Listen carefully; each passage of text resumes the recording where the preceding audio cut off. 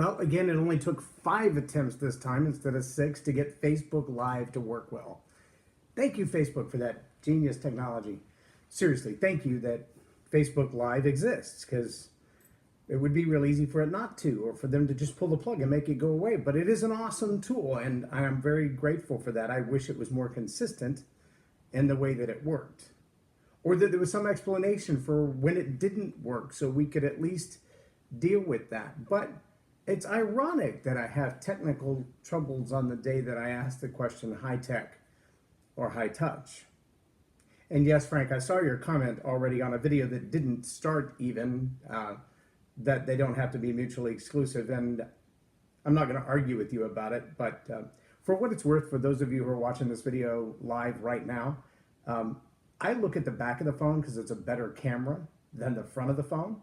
And because I recorded these for broadcast and distribution way beyond what you see, I use the better camera.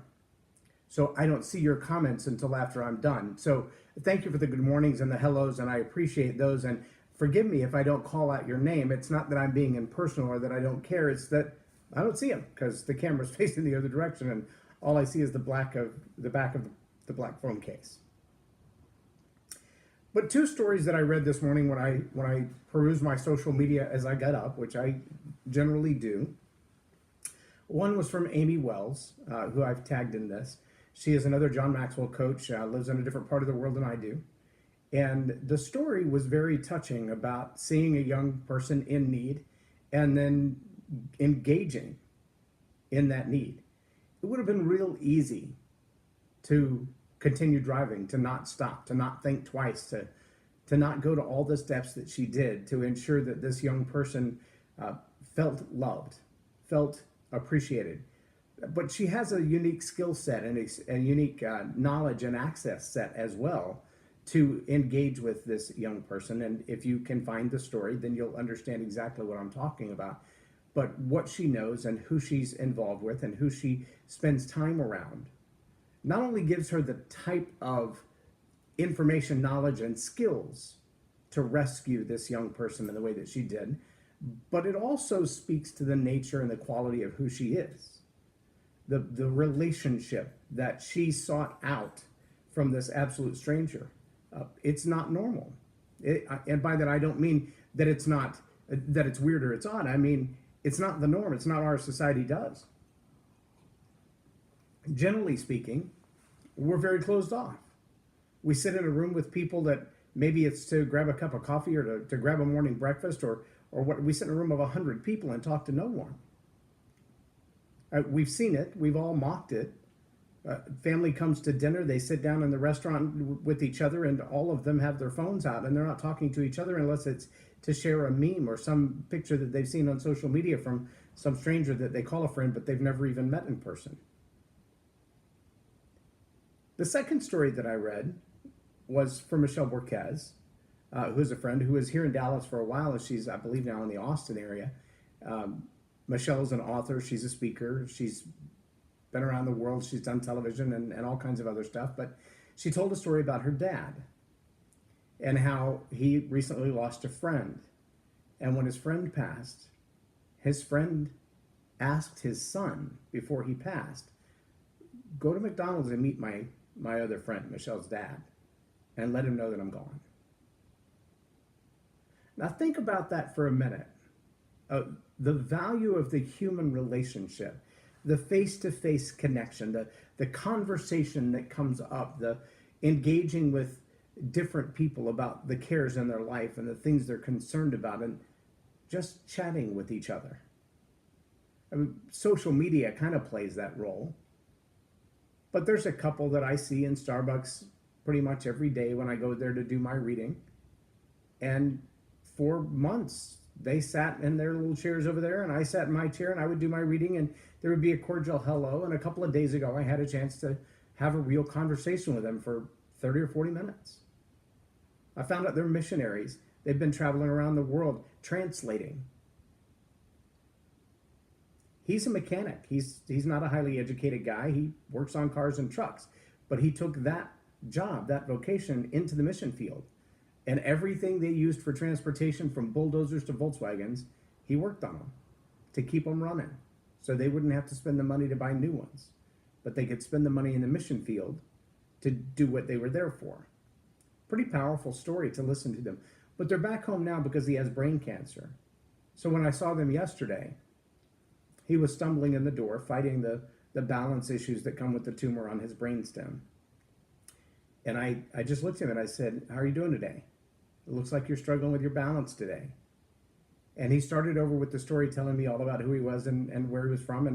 And as I listened, his wife just kind of smiled with embarrassment. When he'd stop talking, she'd say, "We already know him. We've already talked to him." And I could tell there was a little bit of embarrassment, but also frustration. It's the guy who's used his mind most of his life, and as it's beginning to not be as sharp as it was, that's got to be frustrating. I know it will be for me if that day comes.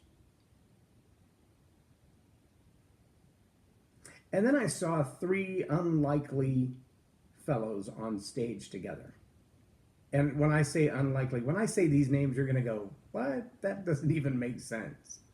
An Orthodox Jew, cigarette smoking, cognac drinking, intelligent radio host who's always talking, along with a redneck comedian and a Christian apologist. Now, that sounds like a bad bar joke to begin with, but when you put Ravi Zacharias, Jeff Foxworthy, and Dennis Prager on stage together, something's bound to happen. And they were doing an open forum in a university in Georgia, where they were answering questions from each other and from the audience that were profound in their questions and in their answers. Those three fellows together on stage, though, is a thing to behold all by itself. And the three of them being in place together, the first question that came from the audience was a young man who simply said, "Ravi Zacharias, you've made a profound impact on my life. Can I just give you a hug?" That was his only question. It was all he wanted, was a hug. The next young man came up and he said, "I came here because I heard Ravi Zacharias was going to be here. It was a bonus to see the unsophisticated wit of Jeff Foxworthy in the mix. Dennis Prager, I just didn't even know who you were, but I'm glad that I know now." And I thought, that's an interesting compliment, I guess. But then Dennis Prager replied to it, I think, with some great wisdom. He said, "When young people ask me from time to time, 'Are you famous?' I say, 'Yeah, among the people who know who I am.' I think that's a good answer." You know, there probably aren't 30 or 40 people that watch this video every morning on Facebook. And then I put it on Facebook on my fan page, and I boost it, and it'll go out to 10 or 20,000. Most of them not even on this continent. And it'll garner a couple hundred likes maybe if it's a good video. And then I'll put it on YouTube, and it'll go out through the podcast, and maybe a dozen or so people will watch it. YouTube stats don't show that there's anybody watching. So I don't have any idea. I do this out of obedience because I believe it's what I'm supposed to be doing until I'm told to do something different. Mark Batterson calls it long obedience in the same direction. So until I'm told to do different, I'll continue to do this. Or until somebody tells me, "You're absolutely wasting my time, get off my Facebook." Then I'll just say, "Well, then block me and delete me and don't bother." There have been a couple of those. But I do find that every time I have a chance to sit down face to face with people, in a small crowd, there's always one or two who say, "Hey, I watch you on Facebook." And I think, "Well, that's funny. I never see your comments. I never see a like from you. I never see a share from you. It's funny that you would watch. It's funny that you would take the time to watch the video if it doesn't really have an impact on you." But when I sit down face to face with people, it almost always ends with a hug or a handshake. The concept of having a conversation with someone face to face, to read their facial expressions, to hear what they think, to respond as they emotionally respond. It's a powerful thing, and I'm afraid some of our society is losing it. I don't know if it'll be in the next couple of weeks with Thanksgiving coming up, or if it'll be after the 1st of December before Christmas, or if it'll be after the 1st of the year, but I'm really feeling a tug to start a men's group where we will meet face to face and discuss some pretty heavy topics. but also just to build deeper relationships among strangers and friends, to increase the contact, the face-to-face contact, to increase the opportunity for genuine, honest, heartfelt conversations that don't hide behind the shroud of the social media. Because I believe humans need that, and I know men need that. So if you're in the Cedar Hill area and that would be of interest to you, hit me up on private message.